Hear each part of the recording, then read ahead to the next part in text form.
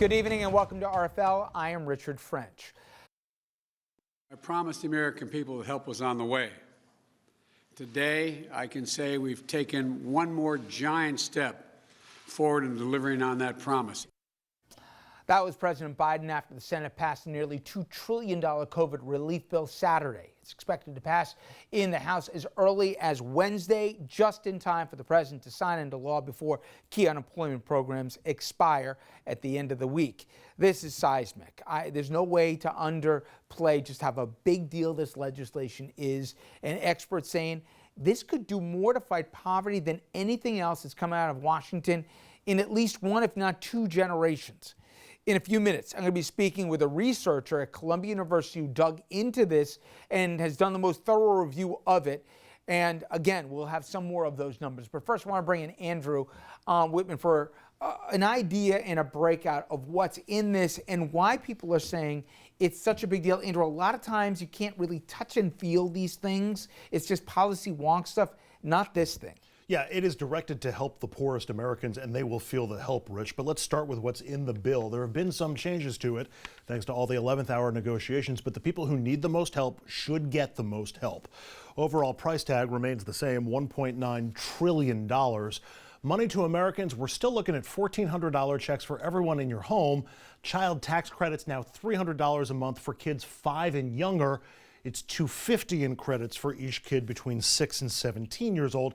And they squeezed the income limits a little. Anyone earning $75,000 or less gets the full payments. Anyone making over $80K gets nothing. Everyone in between those two numbers gets partial payments, with higher income levels in effect for single parents and for couples. The bill remains a lifeline for strained state and local governments whose budgets have been blown up by COVID. Plus, there's money for schools, transit systems, and pension plans. Enhanced unemployment benefits got a little smaller this weekend. They're now $300 a week, down from $400, but check it at the bottom. You're going to keep more of your money when you do your taxes next year. The first $10,000 in unemployment benefits are going to be tax-free. And the bill still has nearly $50 billion for COVID testing and other scientific advances. But it's the help the bill will provide for America's lowest earners that feels particularly noteworthy on the eve of the vote in the Senate tomorrow. Benefits that will help them get through COVID and after COVID is just a memory. As an anti-poverty tool, Columbia estimates the stimulus will lift 13 million Americans from poverty this year, including 6 million kids currently in poverty. The nation's lowest earners have been feeling the largest stings from COVID. Nearly half are behind on their housing payments. Nearly 1/4 don't have enough food. The stimulus would add about 20% to the average incomes of Americans making below $35,000 a year. And this is noteworthy, too. It would help low-earning single mothers even more. Take a single mother making minimum wage, which sadly is just $7.25 an hour, or $15,080 for minimum wage workers who work 40 hours a week. Thanks to a child tax credit, child care credits, and other benefits, a single mom with a 3-year-old would see more than $4,700 from the stimulus. That equals 32% of their income. A single mom taking care of a family of 4 could get nearly $12,500 from the stimulus. That would be essentially 82% bonus over their regular incomes. Rich? Andrew, thank you. I want to bring in our guest, Megan Curran. She's from the Center on Poverty and Social Policy at Columbia University. Megan, I saw one of your colleagues said, and basically it says, you got to go back to Social Security to see this kind of governmental commitment to help the poor. It's not an exaggeration. We're talking generations you got to go back to target the most in need Americans. This really intends to do that. Yeah, the American Rescue Plan that just recently passed, it represents one of the most significant things that we have seen in ages. My colleagues and I at the Columbia University Center on Poverty and Social Policy took a look at the bill, and we see that it could basically pull 13 million Americans out of poverty just in 2021. And that's obviously amidst, the pandemic and the related economic crisis. And that's poverty reduction on a scale we don't see often or in recent memory. The biggest impact that it can potentially have is on child poverty. It could basically keep 5.6 million children out of poverty. And what that means is actually cutting child poverty by more than half just this year. We gave an idea for a single mom with a kid or a family of four, from a third to nearly 80 some odd percent, a change in what they'll have in terms of net dollars over the course of a year.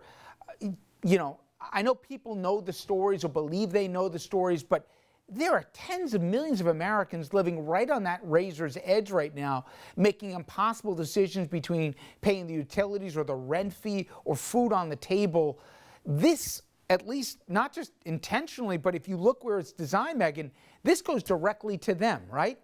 Absolutely. It's extremely well targeted to those who were in need before the pandemic and have seen, increasing hits to their income and what little economic security they had. But it also, makes a difference to those who maybe were doing okay before the pandemic, but really took, hits in terms of job loss or health situations, or they lost family members, as all too many people have. And their situation just changed overnight, essentially. And so the best thing about this package is that it is comprised of so many different components, from the stimulus checks, which can reach people at all different income levels, to continuation of unemployment benefits, which is critical to keep those who are still struggling with the job loss, to actually now some new provisions specifically for children and families with children, with the expansions to the child tax credit. But it does so much more too. It does food assistance, it does housing assistance, it does child care assistance. All of these things are what families need, because they have been basically, suffering on all of these counts all at once, which has just been unprecedented. Hopefully, and I think most of my audience would say, well, this is who needs it the most here. But even if you find, and I heard some Republicans on the Hill saying wasted monies, et cetera, even if you took the morality out of this, these are people going to spend the money. If you're targeting money that's going to get into the economy to keep the broader economy, let alone the lights in the apartment on and food on the table, this is a population that's going to reinvest it. They're not going to stick this in savings. They have to spend it because they don't have cash on hand. Right, absolutely. What we've been seeing, we've been seeing for months and months now, videos of people lining up at food banks, people who have been, calling into places because they're worried about being able to pay their rent, that they need help supporting their kids. This is a crisis that, hasn't gone away overnight and is going to continue. And what the research has shown is that the distributing money to families through unemployment benefits or stimulus checks through the CARES Act back in 2020 made a massive difference. It kept millions from poverty at the height of unemployment back in spring of 2020. But as soon as that assistance went away, poverty went back up. We saw 8 million more people below the poverty line in September than there were in May, even though the unemployment rate was lower. So what we know what works, which is getting families flexible cash that they can use to meet their needs. They're going to spend it on food in local grocery stores. They're going to spend it on, making sure that they can pay their bills and keep their families housed and safe. And so this money will be put to extremely good use by families quickly. And it's going to make a real difference, to individuals, but also for their local communities. History can look back at Social Security and Medicare, and we look at the poll numbers right now. Do you believe, and I know your group looks at policy and obviously the impact on the poor, that this is going to be one of those things where people are going to be able to say, I remember in 2021 how my life changed dramatically from where it was before and where it was after, and how it really rescued, as we said, well over 10 million Americans, closer to 20 million Americans here. Isn't it one of those few moments where you can touch and feel something that comes out of Washington, if not in real time, pretty close to it? I think absolutely. When we're talking about the fact that families have not been able to meet their basic needs, we've seen hunger rising. We've seen people missing rent payments and things like this rising for months and months. The sheer fact of receiving cash support, whether it's through a check or it's getting direct deposited into your bank account, is such sheer relief for families who have been so stressed for pretty much a full year now, that it is incredibly tangible and families will remember it. A lot of these things are still time limited supports. A lot of this assistance is still only in place for a period of time in 2021. But there are things that, advocates are making the case for long-term change.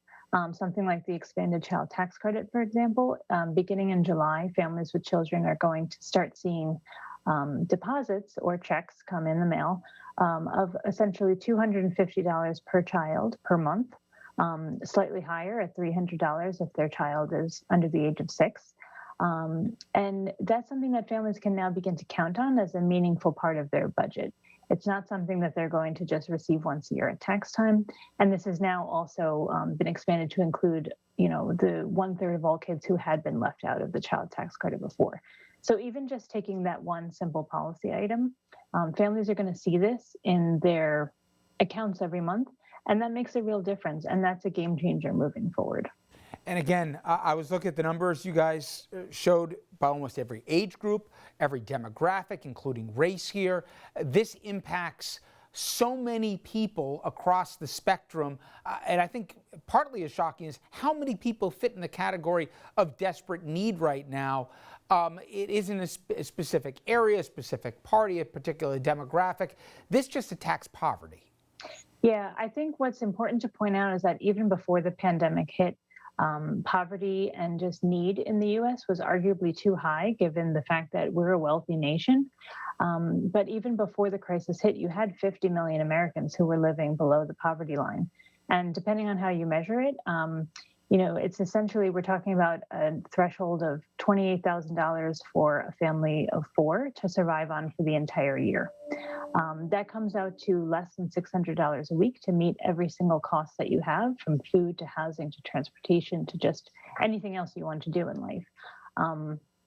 And so even before the crisis hit, far too many Americans were living in such insecurity that by the time COVID came and sort of undermined the economy in such a sharp and shocking way, that it's unfortunately not surprising that poverty was, threatening to go so high.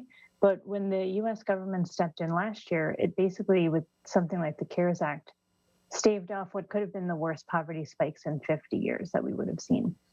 We know that policy works. We know that getting cash to families works. And so this new American Rescue Plan just has the potential to do so much.